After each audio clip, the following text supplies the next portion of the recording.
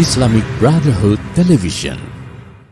Saya ingin bertanya sama Habib, saya itu kan maaf ya, lebih senang dengan Habib dengan Syarifah. Kadang ustazah-ustazah dekat rumah itu menyindir saya, kenapa kamu harus ke Habib dengan Syarifah?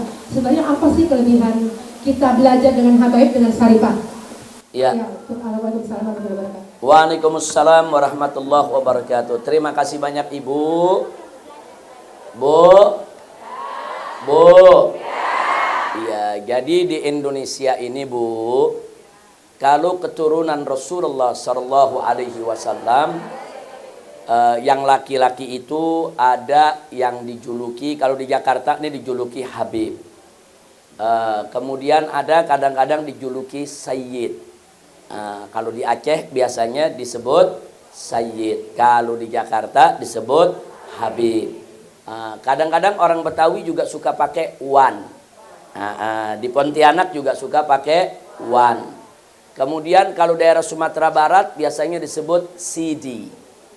Sidi. Jadi ini sebetulnya Bu ya, ini panggilan-panggilan semacam ini hanya bentuk penghormatan kepada keturunan Nabi kita Muhammad Sallallahu Alaihi Wasallam. Ada juga disebut Syarif, disebut Syarif. Jadi ada disebut Syarif, ada yang disebut Sayyid, ada yang disebut Habib, ada yang disebut Wan, ada yang disebut, kalau di Jawa Timur kadang-kadang disebut Y.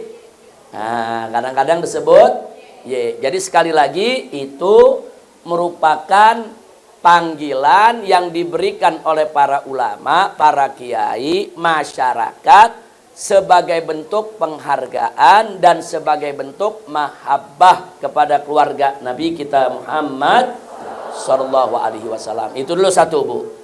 Nah yang kedua perlu kita ketahui semua.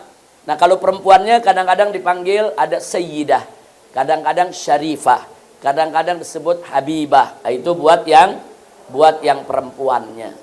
Nah baik, saudara, yang ingin saya tegaskan di sini bahwa siapapun dia, bagaimanapun mulia nasabnya, kalau tidak ditopang dengan ketakwaan kepada Allah, maka akan menjadi satu kerugian besar.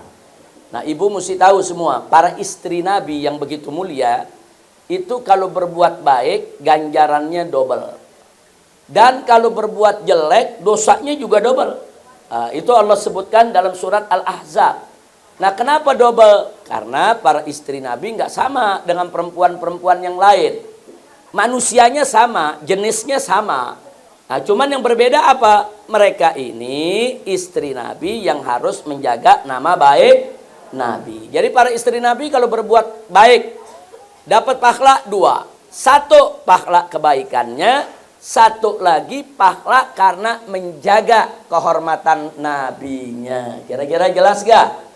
Begitu juga sebaliknya, kalau istri Nabi berbuat dosa, ada 2 juga dosanya. 1 dosa daripada kejahatan yang dilakukannya, maksiat yang diperbuat. 1 lagi dosa karena sudah merusak citra nama baik keluarga Nabi. Kira-kira jelas Bu ya? Nah, para ulama Ahlus Sunnah banyak yang mengingatkan bahwa keturunan Nabi pun sama seperti itu. Jadi kalau mereka berbuat baik, ya senang, mereka dapat 2 kali lipat. Tapi jangan lupa, kalau mereka berbuat dosa juga 2 kali lipat. Jadi itu dulu yang saya mau garis bawahi. Nah, jadi sekali lagi, menjadi keturunan Nabi itu adalah suatu amanat. Adalah suatu amanat yang dia mesti jaga. Karena kalau dia berbuat jelek berarti merusak nama baik datuknya, nama baik moyangnya, nama baik kakeknya, nama baik Nabi kita Muhammad Sallallahu Alaihi Wasallam. Nah itu 2 yang ingin saya sampaikan. Yang ketiga, bagaimana umat menyikapi seperti tadi, umat menghormati dengan memberikan gelar bla bla bla dan seterusnya. Itu semua memang amanat dari Nabi kita Muhammad Sallallahu Alaihi Wasallam. Nabi mengatakan dalam satu riwayat hadis sahih yang diriwayatkan oleh Imam Muslim dalam kitab sahihnya. Apa Nabi katakan? Inni taraktu fikumut tsaqalain. Aku tinggalkan 2 peninggalan yang sangat berat kepada kamu hai umat Islam.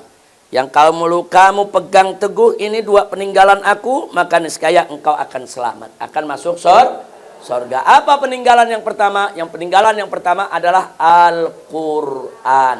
Berikut hadis yang menjelaskan isi kandungan Al-Quran. Peninggalan yang kedua adalah kata Nabi, itrati ahlul baiti, yaitu keturunanku yang merupakan keluargaku. Makanya Bu, saya berkali-kali mengatakan ahlul bait Nabi itu, keluarga Nabi itu, baik laki-laki maupun perempuan, wajib untuk menjadi penjaga dan pembela Al-Quran dan Sunnah. Nah, kalau ada keturunan Nabi, mau perempuan ke, mau laki-laki ke, dia tidak mengikuti jejak Nabi. Dia berbuat maksiat, dia nggak mau taat, nggak pantas untuk disebut Habib ataupun Syarifah. Nggak pantas. Dia keturunan, ya memang dia keturunan Nabi. Tapi nggak pantas dia disebut Syarifah, nggak pantas dia disebut Habib, nggak pantas dia disebut Sayyid kalau dia menyelewengkan ajaran Nabi Muhammad Sallallahu Alaihi Wasallam. Maka itu dalam pandangan saya yang disebut Habib, yang disebut Syarifah itu ada beberapa syarat. Syarat yang pertama, dia betul keturunan Nabi. Syarat yang pertama, dia betul keturunan Nabi Muhammad Sallallahu Alaihi Wasallam. Ada syarat yang kedua. Syarat yang kedua, dia harus bertakwa kepada Allah. Dia harus menjadi orang yang baik. Jadi kalau ibu lihat ada keturunan Rasulullah, dia jadi liberal.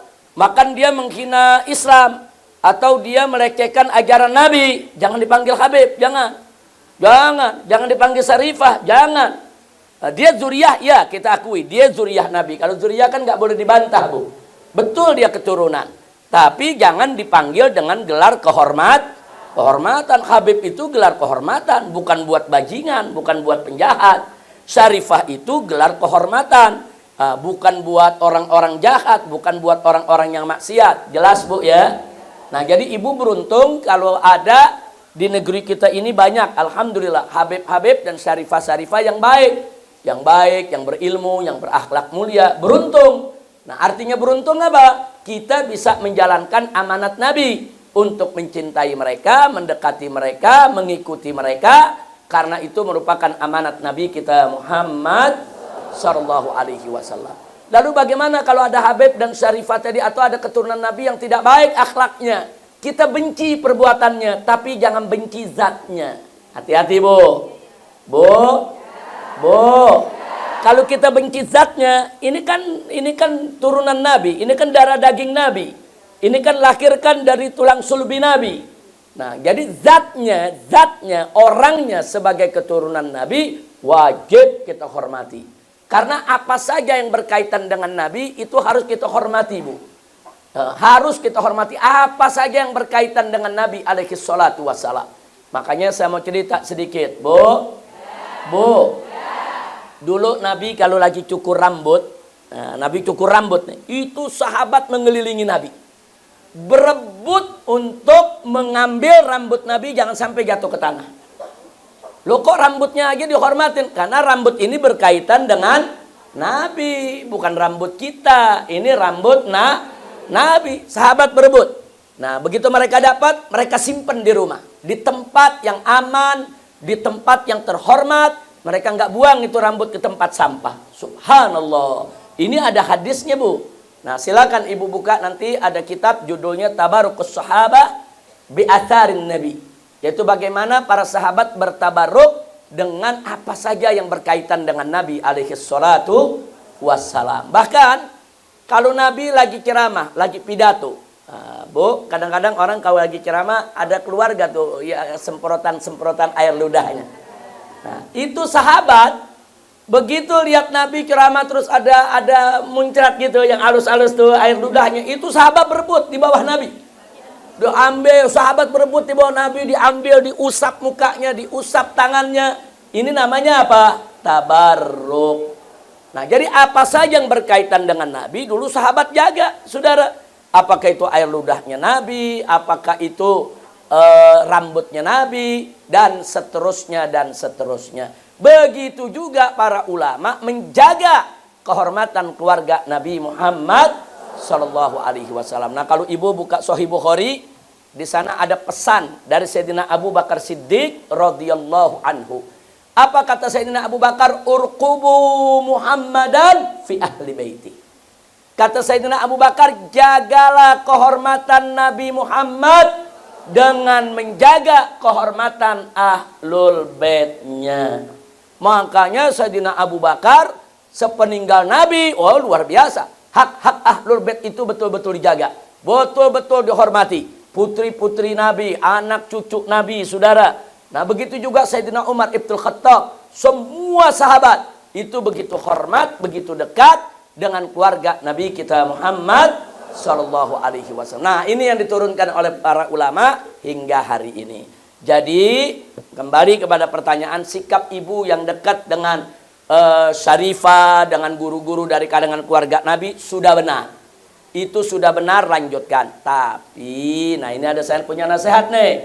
Tapi jangan bentang-bentang kita sudah belajar ke Habib atau Syarifah, terus guru-guru yang bukan Syarifah kita kucilkan, nggak boleh. Guru-guru yang bukan Habib kita kucilkan, nggak boleh. Karena banyak kiai bukan Habib, ilmunya luas. Ilmunya luas, pintar, akhlaknya mulia. Di Indonesia ini ada ribuan kiai yang luar biasa, tingkatnya tingkat ulama besar, bahkan terkenal di seluruh dunia. Seperti siapa? Seperti Syekh Umar Nawawi Al-Bantani. Itu orang Banten, orang Tanara, tapi namanya terkenal di kota Mekah. Dan banyak karangannya, ada karangan kitab tafsirnya. Kemudian ada lagi Syekh Ahmad Khatib Al-Minangkabawi. Nah itu dari Sumatera Barat, itu juga terkenal. Saudara, di Mekah terkenal, di negeri Arab terkenal, di Indonesia terkenal. Kemudian masih ada lagi, yaitu syekh-syekh yang lainnya yang luar biasa. Ada Syekh Ahmad Banjari, Arsad Banjari. Kemudian kalau dari Jawa Barat, itu ada Kiai Haji Zainul Mustafa di Tasik, Bu. Pernah dengar, Bu? Itu luar biasa. Itu termasuk pendiri NU juga, pejuang juga, kiai juga, mujahid juga, dan perang melawan Jepang akhirnya dibunuh mati syahid. Nah, jadi jangan main-main. Ulama-ulama yang bukan habaib juga banyak yang pintar, banyak yang berjuang, banyak yang berjasa. Tetap kita wajib nimba ilmu kepada mereka. Nah, ini yang saya mau ingetin nih. Jangan udah belajar sama Habib, Habib aja. Kiai ditinggal, nggak boleh. Jelas, Bu ya? Bu, jelas gak, Bu? Pokoknya ibu hormati ustazah, ustadz, mau Syarifah, mau bukan Syarifah, mau Habib, mau bukan Habib, selama mereka lurus, istiqomah, mengatakan yang hak itu hak, yang batil itu batil, ikutin. Insya Allah mereka akan menuntun kita ke surganya Allah. Amin ya Rabbal Alamin. Jadi ulama di Indonesia banyak yang luar biasa. Di Jawa Tengah dulu ada Mbah Maimun Zubair. Di Jawa Timur ada Kiai Haji Hasim Asy'ari. Di Madura ada Kiai Khalil Bangkalan, saudara. Oh banyak. Jadi ulama-ulama di Indonesia nih yang tingkat dunia, bahkan udah aulia, solihin. Mereka termasuk para wali yang soleh. Itu begitu banyak. Begitu juga para ustazah. Nah itu yang saya mau sampaikan. Jadi lanjutkan saja, silakan ibu belajar kepada Syarifah yang soleha, yang punya ilmu, yang akhlaknya baik. Belajar ke Habib-Habib yang soleh, yang punya ilmu, akhlaknya baik. Tapi jangan lupa, tuntut ilmu kepada para kiai, para ustadz, para ustazah, walaupun mereka bukan keturunan Nabi. Karena yang sebetulnya standar kemuliaan kita semua bukan nasab, tapi standar utama kemuliaan kita adalah takwa. Inna akramakum indallahi atqakum. Sesungguhnya orang yang paling mulia di antara kamu di sisi Allah adalah orang yang paling bertakwa. Kira-kira jelas gak, Bu? Bu. Nah, yang terakhir soal Habib, soal Syarifah, saya mau ingatkan, Bu ya, itu amanat dari Allah, bukan untuk disombong-sombongkan, bukan untuk bangga-banggaan, sombong, ngerendahin orang, bukan. Itu memang sudah amanat Allah yang harus dijaga. Lagi pula, Bu, saya mau tanya, sebelum ibu lahir ada gak ngisi formulir mau jadi orang Sunda, ngisi formulir mau jadi orang Jawa, ada gak, Bu? Ada ngisi formulir mau jadi Syarifah aja jadi Syarifah, ada gak, Bu? Jadi yang menentukan siapa? Allah. Kita terima, Allah punya takdir. Ada yang dijadiin orang Betawi, yang dijadiin orang Jawa, yang dijadiin orang Sunda, yang dijadikan orang Arab, yang dijadikan orang Cina, yang dijadikan orang India, Ini Allah jadikan su'uba wa qabaila. Kita dijadikan oleh Allah berbangsa-bangsa, berpuak-puak, bersuku-suku. Untuk apa? Lita'arofu. Supaya kamu saling mengenal. Maksudnya saling mengenal apa? Supaya saling sayang, saling hormat. Supaya kita ke depan bisa saling bekerja sama. Bukan saling merendahkan antar suku bangsa. Nah, apalagi orang Islam. Innamal mu'minuna ikhwah. Sesungguhnya orang beriman itu bersaudara. Jadi yang mempersaudarakan kita itu adalah iman. Jadi manakala kita sudah beriman kepada Allah, apapun suku kita, dari manapun keturunan kita, kita semua sama bersaudara. Alhamdulillah. Baik, saya rasa cukup. Mudah-mudahan manfaat itu buat kita semua.